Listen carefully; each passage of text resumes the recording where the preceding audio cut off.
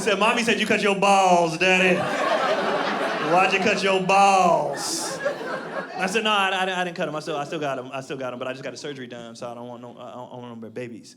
And he goes, oh, why? Are you allergic? I said, a little bit, yeah, like a little bit. But I said, nah, y'all just older. You're gonna be in second grade. Your brother gonna be in third. I just ain't got time for that stuff no more. And he was like, oh, okay. Well, what happens if a baby touches you? I said, I'm not allergic, bro. Like, babies can touch me. Nothing's gonna happen. I'm fine. I just don't want any more babies, and I got a surgery done so where I won't have any more babies. That's all. And he goes, okay. What happens if Mommy has another baby?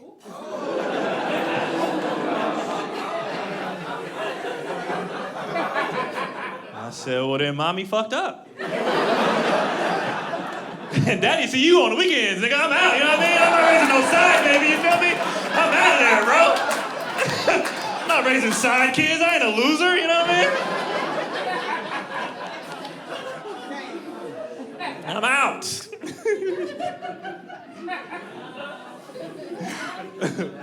But I love them dudes, man. They funny, man. I love having kids. I love the family dynamic and everything. The only thing I don't like about having a family is because of my social media presence. People see my family, and I don't really like that too much. And you know what it is? I don't like the pressure to come with it, or like the assumptions people make. All people do is then get online and they see things and they think they want that. You know, so my family is an attractive family. You know, so they be like, oh my God, you have such a beautiful family. Goals, relationship goals. Family goals. I'm like, y'all don't know. She could be beating me every day. Y'all don't know. You know what I mean? And so y'all get online and y'all see couples and these influencers and all that stuff, and you think you want that, and you don't know if they happy or not. You don't know shit about them. They showing you the highlights. That's all social media is the highlights. Right? So you don't know if you want. And plus, let's say you see something and it does look amazing, right? You don't know what it took for them to get there. So all y'all see on social media is everybody's end results, that famous person or that happy couple or whatever, but you don't know, like I saw some lady say the other day, this older lady, she was like, you don't find love like this, you build love like this. That shit take time, and it's ups and downs and how to go through that. I seen a couple one time in the middle of my show, they were so distracting because they were all over each other.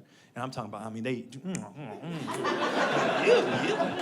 right in the front row. And I get distracted, I say, hey, like, enough. I was like, but I'd love to see it. You know, how long y'all been together? They was like, 30 years. I said, 30 years and y'all still all over each other like that? They said, yeah. I said, well, damn, what's the secret?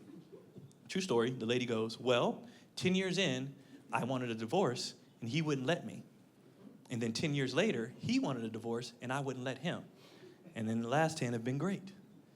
And I said, wait, so the key to a happy marriage is you gotta hold people hostage? That's how this shit works. Like, I want a divorce. Well, get your ass in the basement and you lock the door. I'll let you out when you change your mind. You know, is that how you do it? I didn't know that was the key to success. I didn't know. Right? But me and my wife, we communicate, and I think that's why we do okay, because we communicate about everything. We talk a lot, and we're very realistic. I hate when couples get in a relationship and think, like, start being fake about the world.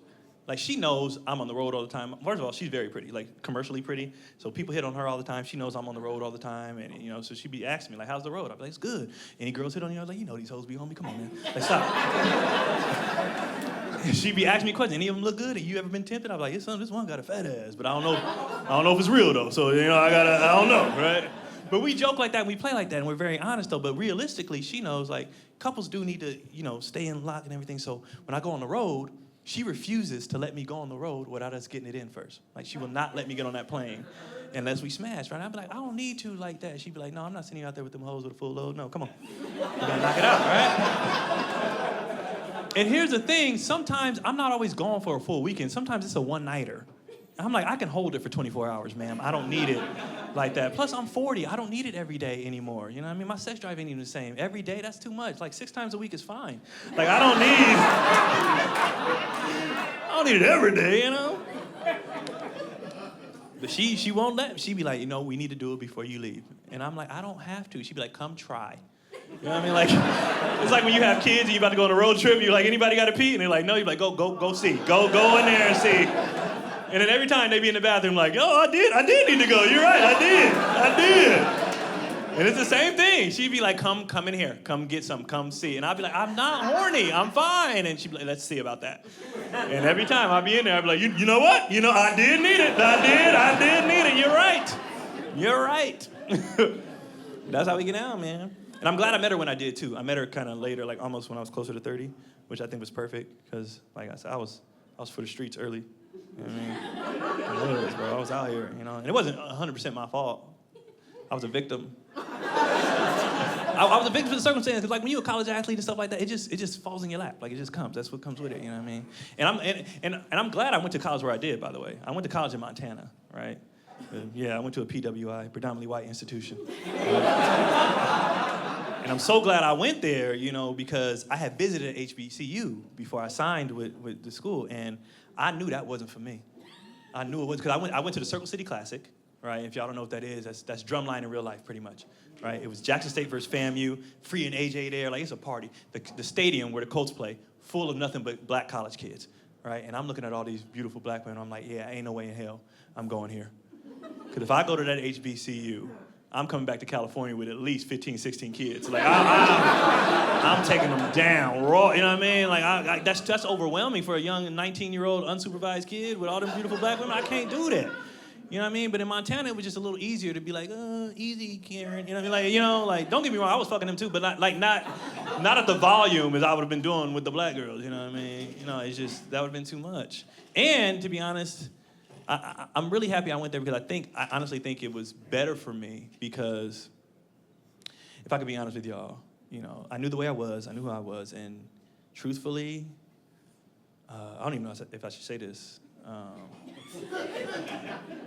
I mean, I've already crossed all the lines, whatever. Like, it's just, I'll be vulnerable. It's just way easier to... It's just way easier to convince a white girl to get an abortion. Now, hear me out. Hear me out. Hear me out. Hear me out. It's not because they're less than. It's not because they have any less morals or anything like that. It's just an easier argument, because, like, if I get Keisha pregnant at the HBCU, she not getting rid of my baby, because I'm a good black. I'm a good I'm a good black man. She not. That would be dumb on her part. Her mama would be in her ear like, that's the dude that got you pregnant. No, you keeping that. You keeping that. Because, I'm a good dude. Like, I come from a two-parent home. I'm on scholarship, so I'm athletic. You know what I mean? I know the Lord, like, smart. He's good looking. Like, my genes, everything. Like, this little baby gonna be the next Obama or some shit. Like, she know that. So you don't get rid of my baby. You get rid of them fuckboys babies, not mine. She like, nah. And she knows at the very least, if me and her don't work out, I'm still gonna be a good-ass dad. So there's nothing I can convince a black woman to get rid of my baby. She's like, hell no, we gonna make this work, you know what I mean? But with a white girl in Montana, and I'm just making this story up, but let's say hypothetically, it's your senior year, right? Season's over, you ready to go home. One of the volleyball girls comes up to you. You guys maybe have been messing around for a while. She goes, hey, I got something to tell you. You're like, what's up?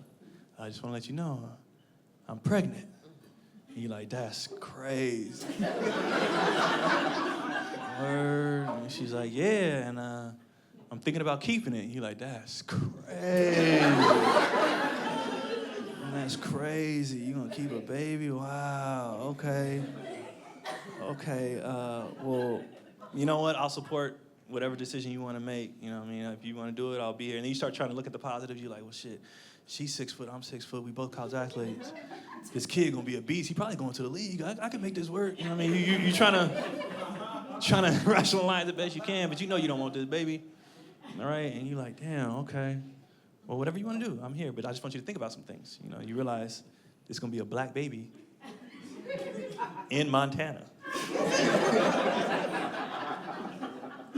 People gonna be looking. There's gonna be a lot to come with that. Matter of fact, what your daddy gonna say? And she like, ooh, you right. Boop, and she get rid of it. I'm just saying. Remember earlier when I said a little bit of racism is okay? Sometimes a little racism saves your life. You know what I mean? Sometimes.